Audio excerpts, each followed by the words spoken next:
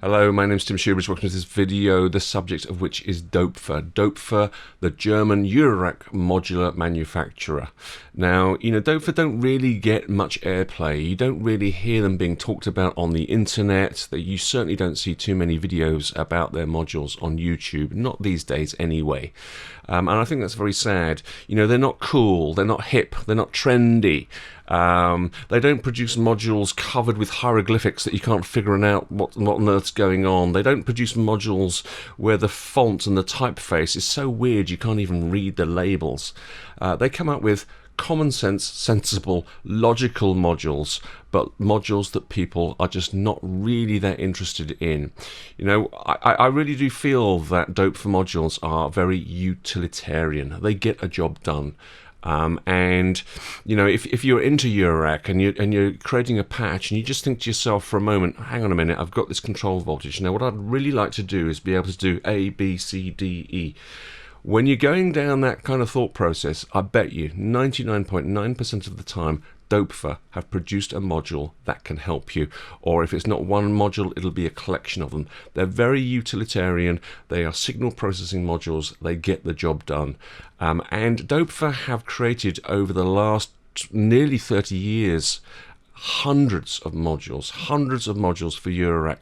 Now they're not just a prolific manufacturer of eurorack modules. Doepfer are in fact the godfathers, the grandfathers, the daddies of eurorack, because it's Dieter Doepfer who, I think it was 1996, I think it was around that kind of time, 27, 28 years ago, he produced with his Doepfer company the very first eurorack system, which was the A100 system. Dieter Doepfer basically was instrumental in defining the eurorack standard. So we really have got him to thank for the eurorack legacy that he has produced. So I'm not going to go through in this video all of the Doepfer modules that have ever been produced. There are just literally hundreds of them. I'm going to talk just about a few. The ones here in my little nifty keys case here, and they're kind of bucking the trend actually. I've been saying that Doepfer modules are just very utilitarian, very simple little processing modules. Well, I'm going to be talking about some modules here that really do pack an awful lot of functionality into a very small space. I'm going to be looking at some of their quad poly modules, because one of the things I've always wanted to do with eurorack is build a polysynth out of them. Now, obviously, with eurorack, you can build whatever you like, and people just, that are not into eurorack don't really understand this concept, that eurorack is about being able to sort of like put together anything you want, mix and match whatever modules you want, and create whatever synthesizer you want. And one of the things I've always wanted to do, as I say, is build a little polysynth. So I'm going to show you here this little polysynth that I put together, just talk you through some of the modules, what they do, how they work. So that's what's coming up. I really do hope it's enjoyable, of interest to you. As always, thank you very, very much for watching.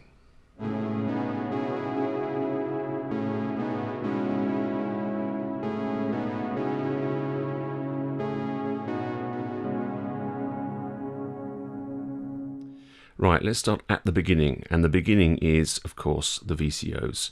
Here I've got a module called the A111-4 quad VCO. It's got 4 voltage controlled oscillators in it. It's not a specific poly module.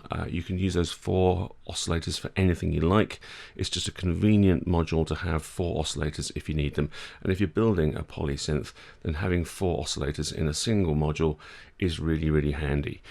So we've got controls for each of the 4 modules, and the 5th set down the bottom here is a master set.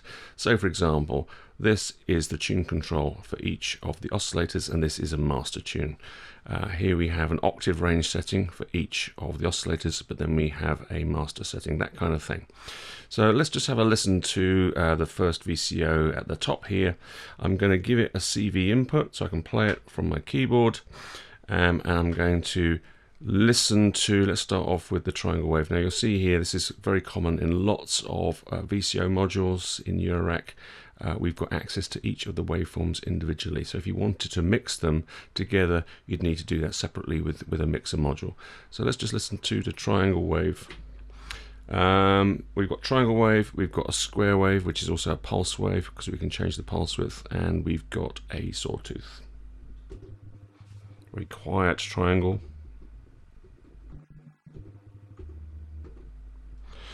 Let's listen to something louder so I can hear it in the room. Love this one, the sawtooth. It's a really, really heavy, weighty, buzzy sawtooth. Really, really like it.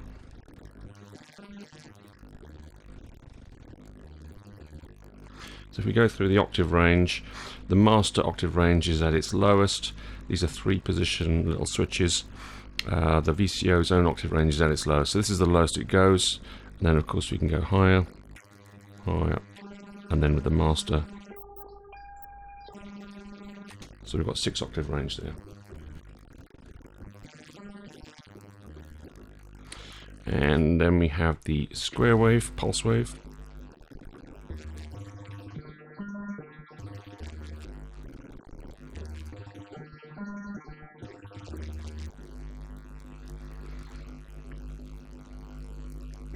Let's just shut it up for the moment. So in terms of other controls that we've got here, we have a modulation CV input. That is then controlled by this attenuator here. And what modulation happens is controlled by the little switch in the center, as well as some jumpers or a jumper on the back of the module. So this is again a 3-position switch. In the center there is no modulation at all. If we go upwards, then we have exponential frequency modulation, and if we go downwards, we have a choice of linear frequency modulation or pulse width modulation. It's a shame that we can't actually have those 3 choices available all the time, but if you want linear or you want pulse width modulation, then you have to set a jumper on the back of the module. I've got this set to linear modulation at the moment. What else have we got here? We've got a sync input, so you can have hard sync or soft sync, and that again is jumper controlled as to whether it's soft or hard sync, so we can sync the oscillators up. Now inside here, this A111-4, the actual chip that is used to generate the VCO is a CEM 3340 chip. And if you are into the innards and components of synthesizers, you'll know that this is a very famous chip. I'm going to read you actually off of the website exactly what it says about it. It says it provides ramp, pulse, square and triangle outputs, has inputs for oscillator sync, is temperature compensated and stable, and provides excellent 1 volt per octave tracking. In short, it's everything you need from an analog oscillator on a chip. There hasn't been a better design than the 3340. Fantastic. Now this chip did appear when it first was developed and released. It did appear in a number of very famous polysynths, vintage synths. It's inside the Sequential Prophet 5 and the T8. It's inside Oberheim's OBXA and OB8, and it's in Roland's Jupiter 6 and MKS 80, and it's also in Moog's Memory Moog. I mean, obviously using chips inside polysynths makes a lot of sense, because otherwise the circuitry takes up a lot of room.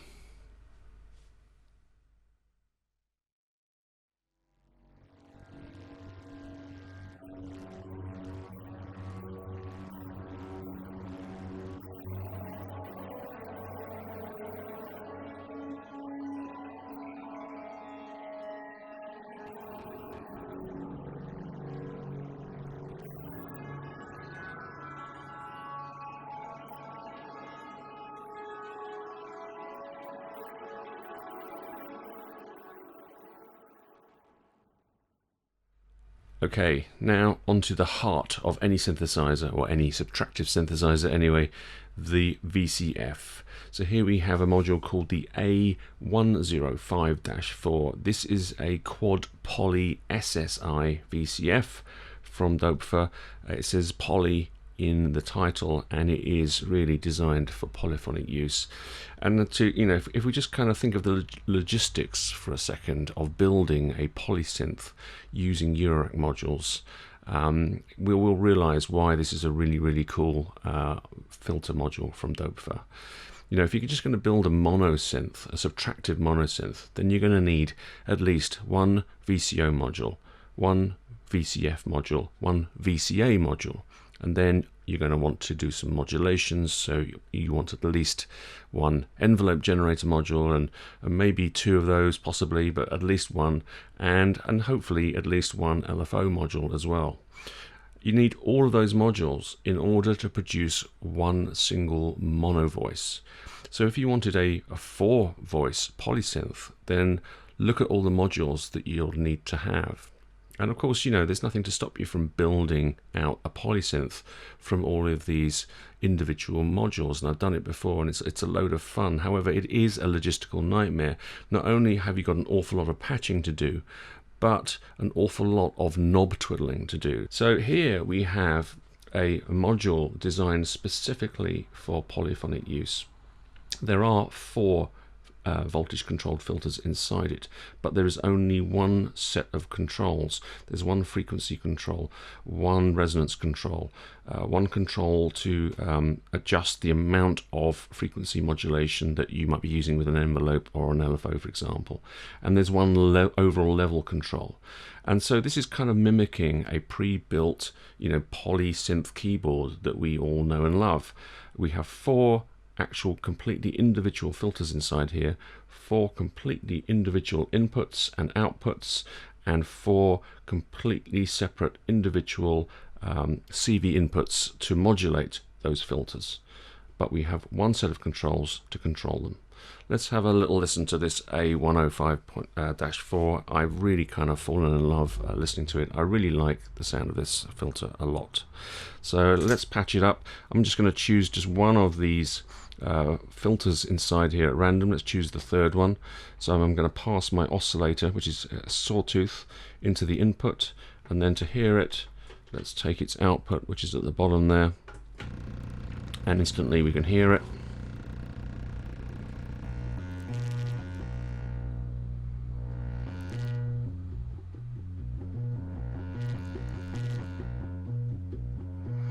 It's a really, really nice sounding kind of smudgy filter. I really do like it, actually. Now it's a 24 dB 4-pole transistor filter on a chip. What is the chip? It is an SSM2044 apparently, which, and now I am blatantly reading from a website here because I can't make this stuff up. SSM stands for Solid State Micro. It's Dave Rossum's company from back in the 80s. He designed this filter chip, and in terms of synths that it ended up finding its way into back in the 80s, it found its way into the Korg Monopoly, the Korg Poly 6, and the Korg Trident. It found its way into the PPG Wave version 2.2 and 2.3. It found its way into EMU Emulator, the Fairlight. And in terms of modern synths that are still using this chip today, or a recreation of this chip, it's in the Waldorf M wavetable synth, it's in Sequential's Prophet X, it's in UDO's Super 6 and Super Geminis, and it's also in Dreadbox's very, very ultra compact, tiny little 6-voice polysynth, the Nymphes, which is quite interesting. Let me just play you a little demo so you can hear it in action.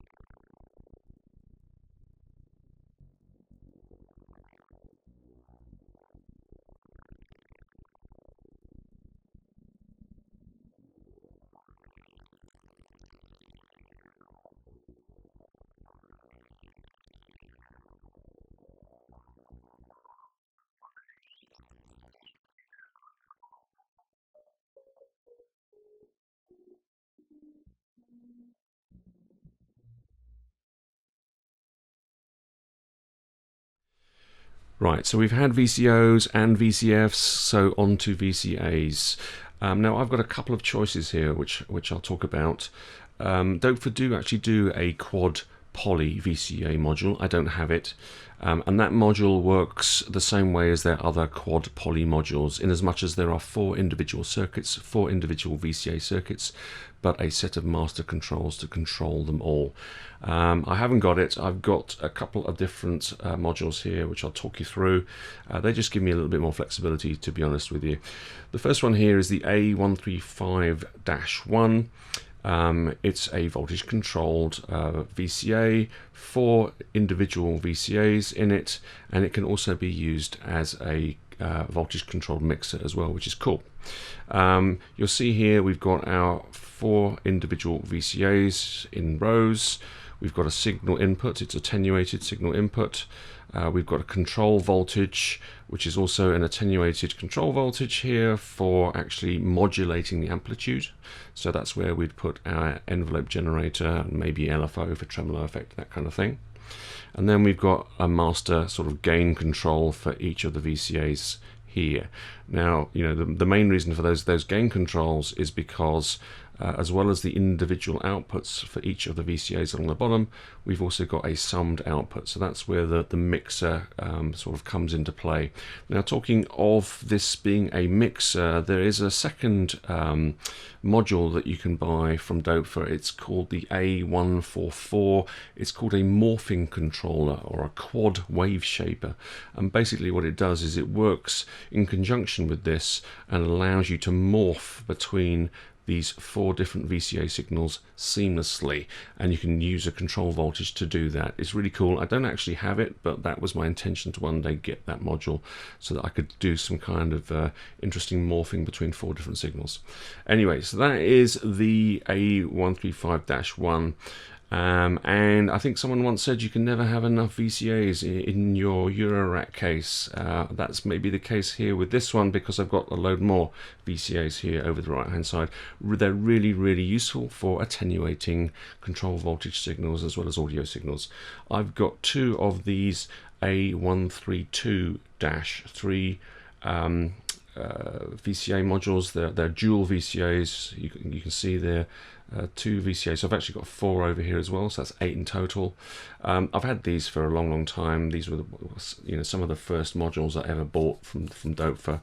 And there's a gain, there's a CV controlled modulation input here, attenuated input. The main input to the VCA and output. These are switchable between linear and exponential. I forgot to mention that the 135-1 is got a linear response to control voltage, whereas these go exponential.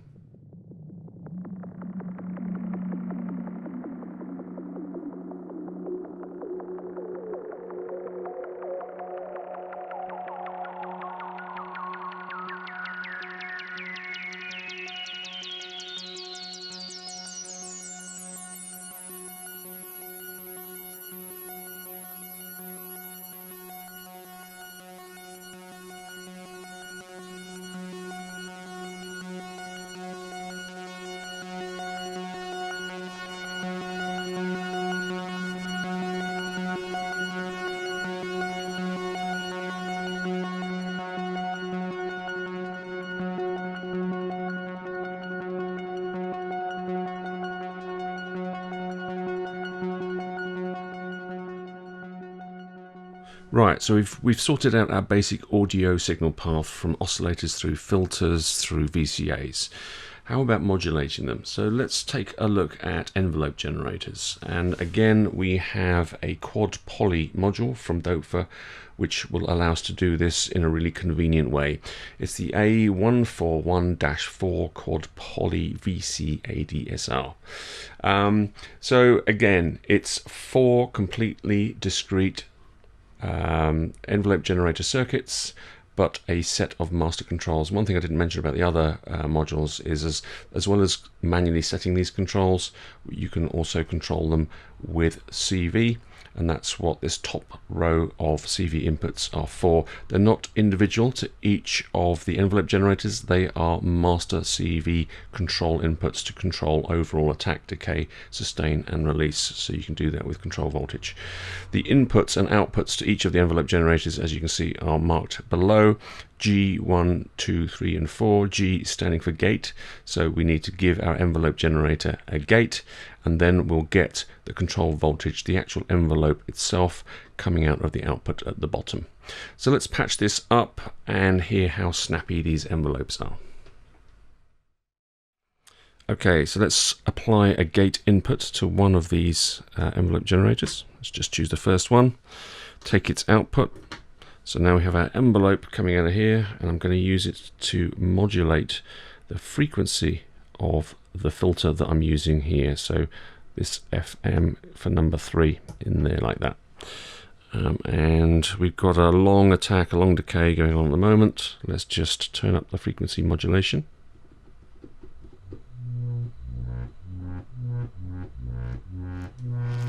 Like that.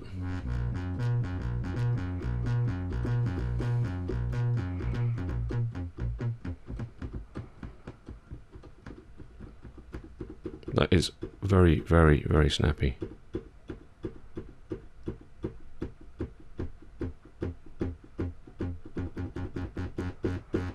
But how long does it go?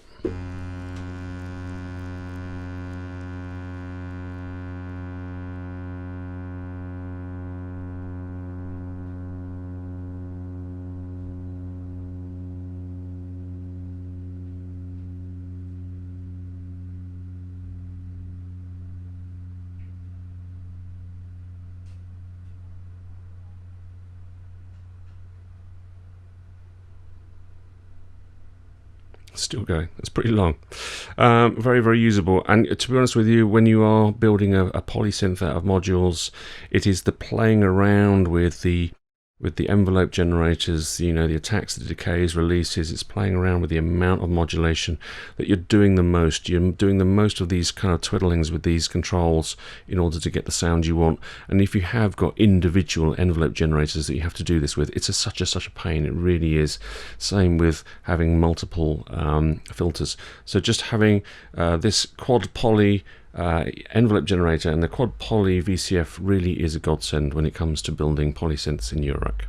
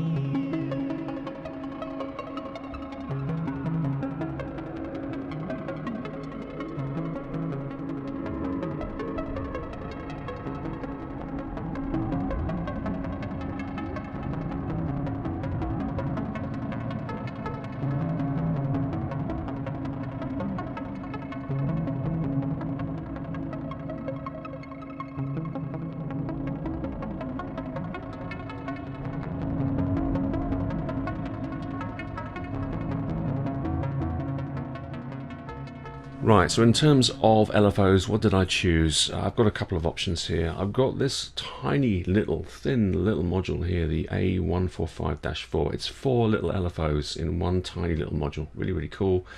It's a basic set of LFOs, let's face it. We've got a frequency control. You can see the little LEDs flashing there showing what's going on. We've just got a choice of 2 waveforms, 2 separate outputs for each of the 4 LFOs. We've got square wave and we've got triangle wave. I mean, what you end up choosing is entirely up to you. It's all about your budget. It's about how much room you've got in your rack, etc. Right?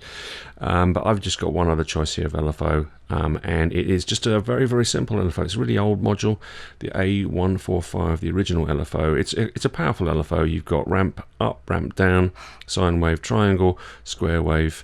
You've got a wide range of frequencies here. There's a selector switch as well as the potentiometer, and you've got the ability to reset the LFO's cycle. So this is obviously just one single module. I use it for kind of a global LFO if I want to control the same vibrato across all of my VCOs at the same time, that kind of thing. It's very useful to have a global LFO even in a polysynth setup.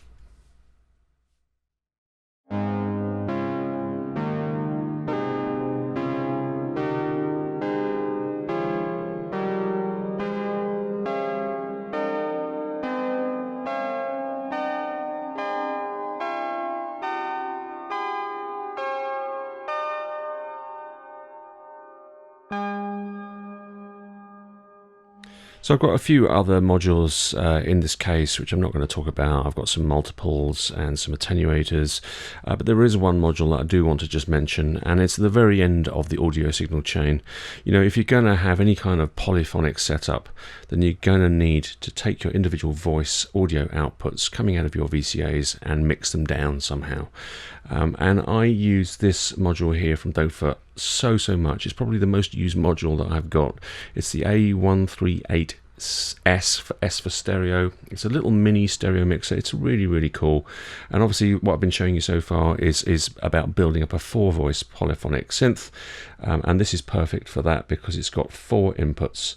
4 inputs, as you see down the bottom here, 4 level controls, and then because it's a stereo mixer, we've got 4 individual pan controls, and we've got left and right stereo output, and then those go into my main outputs, which are actually on the nifty keys, and then out to my main mixer and for recording.